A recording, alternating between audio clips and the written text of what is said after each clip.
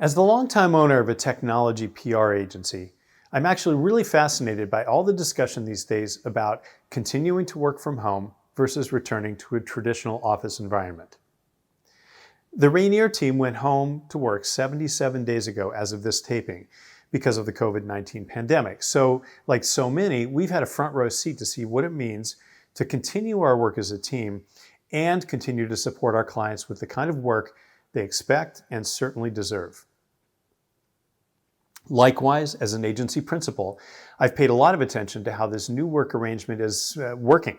From my perspective, I can see the very real upside of working from home. Simply put, it just gives us all more hours in the day to get stuff done, both for our clients and for ourselves. And by kind of blurring or nearly eliminating that perceived binary difference between being at work or being at home, we end up being able to reach a pretty healthy integrated mix of steady professional accomplishment and much needed self-care.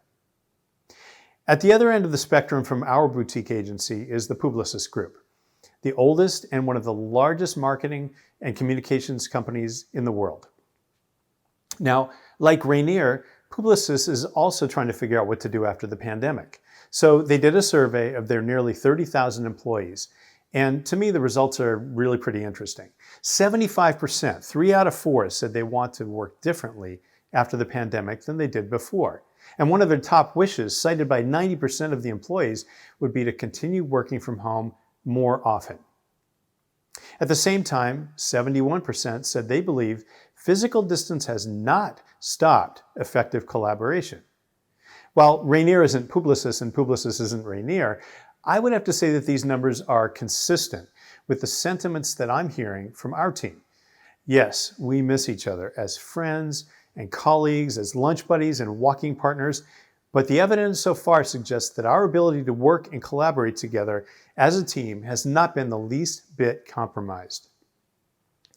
But back in April, just a month or so into the pandemic, a Bloomberg article warned, whatever boundaries remained between work and life have been almost entirely eliminated.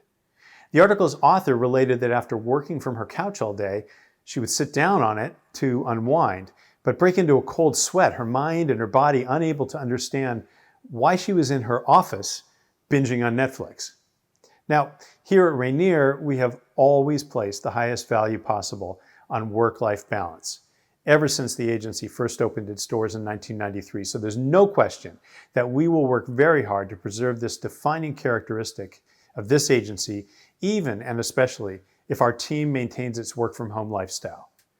The jury is still out, of course, mainly because it's probably not the best thing to base decisions on how we've operated during a pandemic lockdown. I imagine that in the end we'll adopt some kind of hybrid approach, working mostly from home, but meeting face-to-face once it's safe to do so on a regular basis, probably twice a month, to both socialize and to brainstorm.